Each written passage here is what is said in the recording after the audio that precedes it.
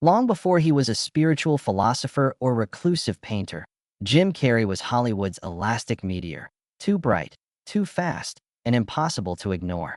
When he arrived in the 1990s, comedy films were about jokes. He turned them into athletic events. Faces stretched beyond anatomy. Bodies became punctuation marks. Energy erupted like a physics experiment left uncapped. Studios called it genius. Critics sometimes called it excess, and colleagues called it exhausting, not hatred. Carrey rarely wasted energy on that. But friction, the kind creative combustion always sparks. Over 3 decades in comedy and drama, he learned that artistry and ego often share the same doorway. What the tabloids later dramatized as feuds were usually misunderstandings between different gravities colliding. The meticulous craftsman and the improvisational hurricane. He once compared acting to an out-of-body experiment. "When I'm in it," he said, "there's no Jim, just electricity trying to find a shape." That electricity can torch everything around it or light up a set. Often, it does both. Behind the laughter of Ace Ventura, The Mask, and Liar Liar Lay rehearsals, so intense crew members recall collapsing in laughter and fatigue simultaneously. Carrey's method wasn't subservience to realism. It was total surrender to absurdity. The results broke box office records. They also broke boundaries of patience. After takes, he rarely powered down, living inside characters for stretches that stretched sanity. Fellow actors have described watching him fluctuate between fellowship and focus so extreme it mimicked alienation. "It's not that he pushes people away," one director once said. "He just disappears into someone else and forgets to send a forwarding address." Early fame magnified those collisions. Carrey's meteoric rise from a living color sketch performer to $20 million per film star created a Hollywood paradox. The class clown with unprecedented leverage. Success granted creative license. License required trust that few colleagues had yet built. On sets like The Cable Guy or Man on the Moon, his insistence on immersive performance famously startled coworkers. Playing Andy Kaufman, he didn't just act, he inhabited, to the point that both he and director Milos Forman later admitted the experience bordered on possession. "I couldn't find Jim," Forman said years later. Even seasoned co-stars wavered between respect and worry. What looked to outsiders like conflict usually hid concern. How do you collaborate with someone who dissolves the line between act and actor? For Carrey, confrontation wasn't aggression but authenticity enforcement. He mistrusted politeness if it dampened spontaneity. "Comedy dies when people get comfortable," he once declared. This philosophy produced masterpieces and migraines. It's why working with him could be simultaneously exhilarating and depleting. Cameramen adored his unpredictability, each take a new invention. But continuity editors groaned. Nothing matched from frame to frame. Jim saw that chaos as the price of discovery. You can tidy up or you can tell the truth, not both. Directors learned to choose moments, not control them. The clash between discipline and improvisation also mirrored Carrey's inner split. The comic searching for spiritual quiet while feeding on uproar. Offset, he retreated into drawing, meditation, and long solitary drives through Los Angeles hills, trying to reassemble selfhood after days of rubber-masked transformation. "When the movie ends," he has said, "you have to find your own face again." That melancholy became visible during darker projects like The Truman Show and Eternal Sunshine of the Spotless Mind. Both roles required vulnerability rather than velocity, and his colleagues noticed the difference. Carrey still intense, yet warmer, more collaborative. Director Michel Gondry later described him as a method actor for emotion, not just behavior. The media, hungry for easy dichotomies, interpreted some creative tension as dislike. In truth, most of his set conflicts arose from mismatch of rhythm. Carrey works in jazz time. Film sets prefer metronomes. Co-stars expecting light camaraderie sometimes encountered philosophical musings about illusion and ego instead. During long shoots, he filled downtime with debates about consciousness and energy, topics that could puzzle peers arriving just to deliver lines. "He lives 3 layers deeper than most actors at 8 a.m., one production assistant joked. That depth, admirable or intimidating depending on temperament, occasionally read as aloofness. Yet many who returned to work with him, Jeff Daniels, Tommy Lee Jones, and others, Acknowledge that lightning rarely hits the same spot twice, and when it does, you endure the shock because brilliance hides in it. Behind the surreal humor lay discipline honed since childhood. Raised in a working-class Ontario family that weathered financial collapse, Carrey learned performance as survival. At age 15, he was a janitor by night, stand-up comic by evening, student by day, and dreamer the entire time. The need to manifest joy from scarcity became instinct. Later, when Hollywood showered wealth and expectation, that instinct mutated into superstition. If he stopped being extreme, maybe fortune would vanish. It explains why early co-workers mistook intensity for arrogance. He was fighting ghosts of poverty, not people. As decades unfolded, the collisions softened. Age rounded edges even as introspection deepened. The younger man who thrived on provocation began preaching stillness. During 2010's press tours, he startled reporters with existential one-liners. "I don't exist," or "We're all playing characters." Remarks misunderstood as cynicism, but meant as gratitude for egoless living. For those who knew him, it was the same voice that once filled sets with incessant improvisations, now transposed from comedy into mysticism. Creation had always been his prayer. Now he simply dropped the punchline. Still, memory of those volatile sets lingers in Hollywood folklore because they embodied the tension between art's two religions, control and chaos. Carrey represents the latter in its purest form. His colleagues learned that working with him meant surrendering blueprint to accident. And in the language of cinema, accident often spells genius. When asked recently whether he regrets unsettling anyone, he smiled with disarming humility. "If I could apologize to every person I ever overwhelmed, I'd start with breakfast and finish by midnight." Then he added, "But they all helped me find quiet, whether they knew it or not."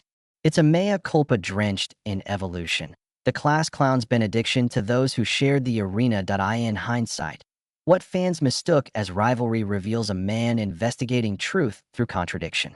His career, from rubber-faced anarchist to meditative artist, retraces that experiment over and over. How generosity and self-eruption can inhabit the same body. The friction wasn't about hate.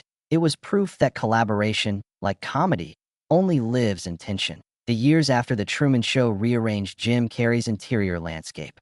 Playing a man whose entire life was an illusion, he stared straight into his own. Vast stages disguised as authenticity, applause masking isolation. Fame had given him everything he wanted and very few people to share it with. "I was the guy living inside a product," he told a journalist later, "and the product had my face." That realization, part awakening, part breakdown, transformed the volatile performer into a seeker. Creative collision shifted inward.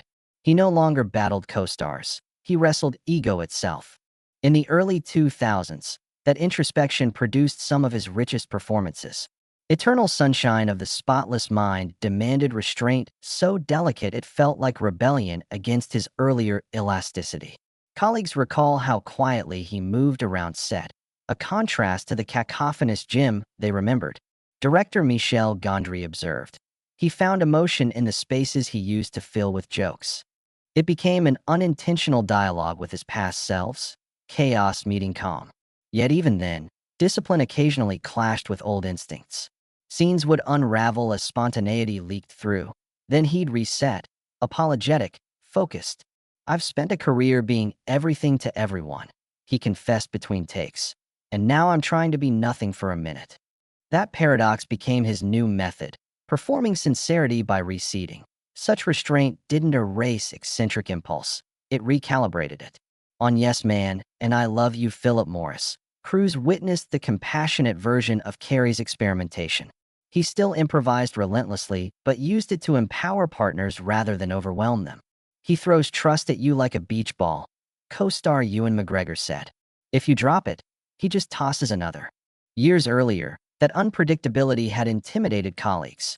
Now it invited play. Age had turned intensity into generosity, as if he'd finally realized chaos works best shared. His evolving philosophy began filtering into public conversation in deliberately shocking ways. At red carpet interviews, Carrey would smile beatifically and declare, "None of this is real." Reporters blinked, unsure whether he was trolling or transcending. Instead of explaining, He let bewilderment serve as performance piece, an existential sequel to his slapstick films. The gesture alienated some peers who missed the accessible comedian, but for him, the metamorphosis was liberation. "I was a guy possessed by desire," he explained later. "Now I'm a guy possessed by awareness." That awareness produced art beyond film. Paintings sprawling across warehouse walls, political cartoons dripping with color and conscience, and philosophical essays about consciousness. The previous decade's interpersonal conflict mellowed into self-irony. Where once he might verbally duel over creative control, he now laughed at his volatility. "I used to think chaos was genius," he told a podcast host. "Then I realized peace has better timing." The comment distilled a lifetime lesson. Wit and wisdom share the same rhythm, but wisdom speaks softer. Directors who'd once feared unpredictability now praised him for presence. Sonic the Hedgehog, his recent commercial resurgence, displayed vintage theatricality blended with gracious humor toward the crew. The jester had returned as elder statesman, toggling energy without eclipsing others. Privately, friends note that spirituality rewired his temperament. Long nights of painting and solitude rewrote the neurochemistry of fame. He read Eckhart Tolle, meditated, fasted from social validation. The man who once consumed rooms now preferred quiet corners. That discipline extended to collaborations. On small, independent projects, he encouraged directors to run rehearsal without him, believing spontaneity flowers best from mutual trust. "If you make everyone else comfortable," he said, "the scene will take care of you." It was the exact opposite of his 1990s approach, when discomfort was his chosen muse. Looking back, former castmates described two Jims occupying the same timeline. One, a hurricane of instinct, the other, a monk watching clouds. They weren't enemies. They were classmates exchanging notes. "He's still fearless," says a cinematographer who worked on both The Mask and Dark Crimes. "But the fearlessness now looks like patience." The evolution even influenced conversation culture on sets. Fewer pranks, more heartfelt check-ins between takes. Production assistants remember him quietly tidying up props, acknowledging crew by name. The superstar who once chased control began practicing service. Carrey himself frames these changes less as moral progress than exhaustion with illusion. "You build a tower to prove you exist," he once said, "and halfway up you realize the tower's made of anxiety." Laughter, he discovered, works as medicine only when self-mockery accompanies it. That awareness guided his participation in documentaries and introspective interviews, where he spoke openly about depression and purpose, topics coworkers once saw hovering behind the manic energy. Audiences accustomed to endless positivity were startled by vulnerability. Yet those admissions bonded him with colleagues who'd also felt emotional whiplash under relentless production cycles. Suddenly, the clown who'd terrified them with intensity became empathetic elder. He started mentoring young comedians, reminding them that joy without self-compassion burns out. "Don't just make faces," he told one group. "Make peace with the ones you already have." Even his concept of artistic conflict transformed. He now calls friction frictional grace, a necessary rub that polishes ego into humility. "You don't grow without splinters," he remarks. The co-stars who once flinched at his unpredictability often express gratitude. Many maintain friendships spanning decades. "No grudges," he clarifies, "just growing pains." His recent collaborations, smaller and more intimate, carry that maturity. Micro-budget dramas filmed with crews who prize conversation over chaos.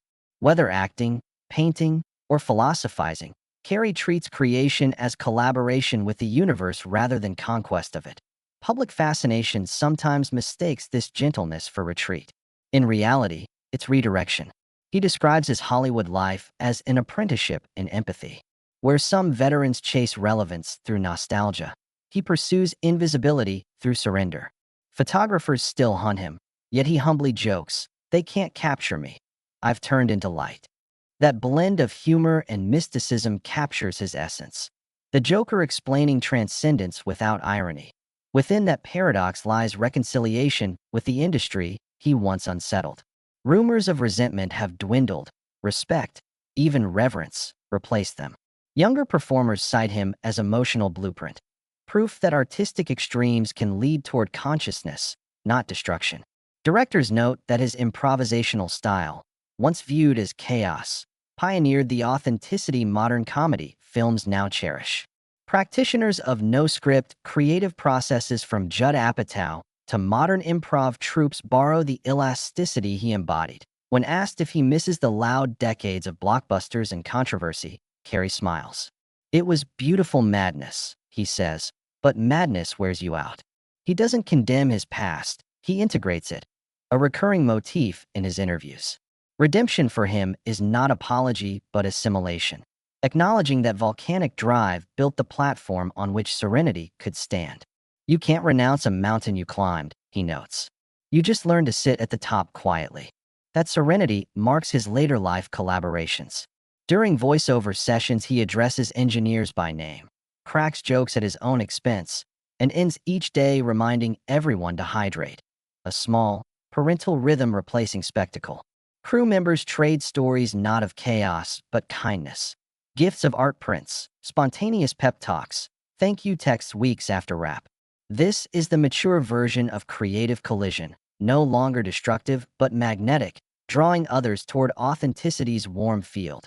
Outside film, his painting practice functions as emotional autobiography written in color. Huge canvases of surreal political satire or luminous abstraction fill his Los Angeles studio. Visitors describe it as a chapel of vibration, brushstrokes where words might once have been punches or pranks. Painting, he explains, is comedy without noise. The same impulse toward cathartic expression now travels through pigment instead of punchlines. For all the transformation, flashes of vintage Jim persist. A quick elastic grin, the volcanic mock routine that bursts out mid-conversation. But the fury now ends in laughter directed inward. It's what happens when the performer conquers nothing yet understands everything. The collisions remain, smaller but essential, idea against doubt, ego against empathy. Each spark lights the quiet man he's become.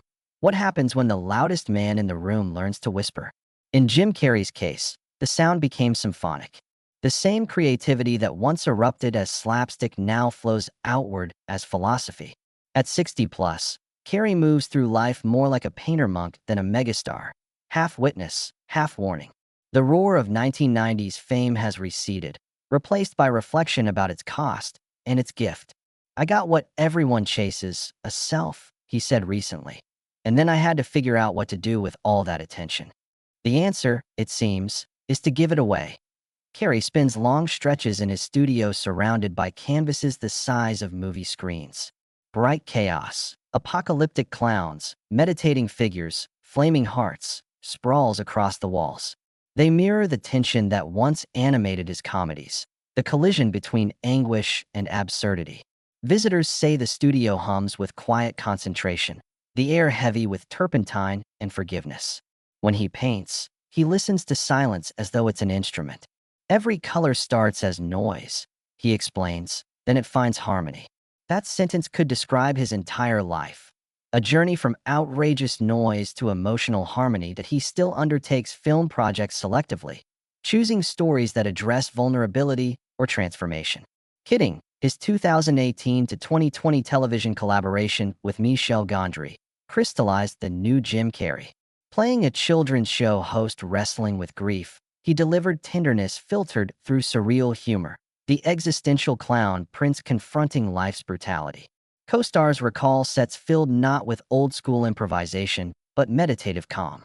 Between takes, he would chat about consciousness, trauma, and forgiveness. "He doesn't act anymore," Gondry observed. "He channels." Audiences responded to that sincerity. They recognized the performer who once exaggerated expression, now daring to express stillness. The bridge between art and advocacy also defines his later years. He donates art to mental health and climate awareness groups, speaks about depression with blunt compassion, and supports creative education programs for youth. What he once built on rubber-faced comedy, he now sustains through quiet empathy. Friends say each canvas or speech feels like an apology to the younger self who mistook motion for meaning. Yet he keeps humor close because laughter remains his universal translator. "If you can laugh about despair," he says, "you've already changed its language." It's comedy elevated to therapy, a conversation between self-destruction and self-understanding. Publicly, the former celebrity icon oscillates between reclusion and playful reemergence. Interviews became unpredictable masterclasses in paradox. One moment he'll praise enlightenment, the next he'll puncture pretension with a pratfall. These contradictions, once seen as instability, now feel like balance made visible. The same man who stormed talk shows with wild characters now quotes Lao Tzu to explain comedy timing. Oddly, the wisdom always sounds familiar. It's the kinetic kindness he was chasing all along that he has also redefined friendship within the industry. Colleagues from earlier decades, once distant after creative clashes, note how age dissolved all friction. Carrey goes out of his way to make amends, sending paintings or handwritten letters of gratitude. He's incapable of grudge, one collaborator laughed. Except maybe against his old haircut. Those reconnections testify to maturity through humility.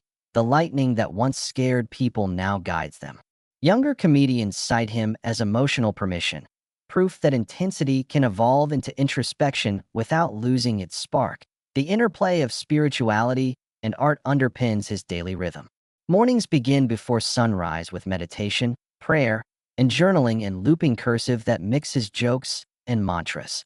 He snicks open massive studio windows to watch daylight spill across unfinished paintings. Afternoons belong to philanthropic projects or occasional voice work. Evenings end with gratitude lists. Today I learned patience from a traffic jam, one entry reads, and humility from the paint that chose its own direction. His humor remains intact, but it's less punchline than presence, a way of acknowledging the absurd sacredness of ordinary life. Observers often ask whether retirement or disappearance is next. Carrey replies that he's not quitting. He's evolving beyond definitions. Artists don't retire, he says. They just change mediums. He finds artistry in gardening, conversation, or long phone calls with his daughter Jane. To me, he says, parenthood is the final improvisation. You make it up, scene by scene. The statement sums up his transformation. From court jester to contemplative father figure, still improvising truth. People still recall the spectacle, the rubbery escapes of the mask, the daredevil sincerity of Bruce Almighty. Rewatching those performances now carries a bittersweet power. Each exaggerated grin masked a man craving authenticity. That craving has aged into clarity. I thought fame would fill a hole, he once said. Instead, it showed me there was never a hole. Only light I kept covering up. This new theology, equal parts comedy and compassion, drives his public talks. He urges young artists to stay porous, reminding them that resistance kills genius quicker than failure. The entertainment industry, periodically cynical, seems reassured by such grounded joy. Producers describe him as an oracle of unplanned wisdom, arriving on set like a visiting yogi with impeccable comic timing. Old friends remark that his most radical act may be kindness, writing gratitude notes to interns, mediating arguments among crew, or ensuring wrap party speeches celebrate unseen workers. He insists that acknowledgement itself is an art form. Gratitude is the only joke that always lands, he quips. Legacy no longer preoccupies him, yet it unfolds organically. A generation of comedians, from physical performers to existential storytellers, trace their freedom to his elasticity. Modern films brimming with improvisation owe debt to his fearless experiments. In academic circles, scholars of performance theory cite Carrey as proof that comedy can explore consciousness as deeply as drama explores despair. He reads none of it, preferring brushstrokes to bibliographies. I'm just painting how laughter feels, he says. That humility might be his final lesson. Greatness doesn't require awareness of greatness. Asked recently whether he misses the chaos that once defined him, Carrey smiled softly. I miss the innocence of it, he said. But peace is louder. He described contentment as creative fuel so quiet it's mistaken for absence. Stillness, he explained, is simply energy that's learned to trust itself.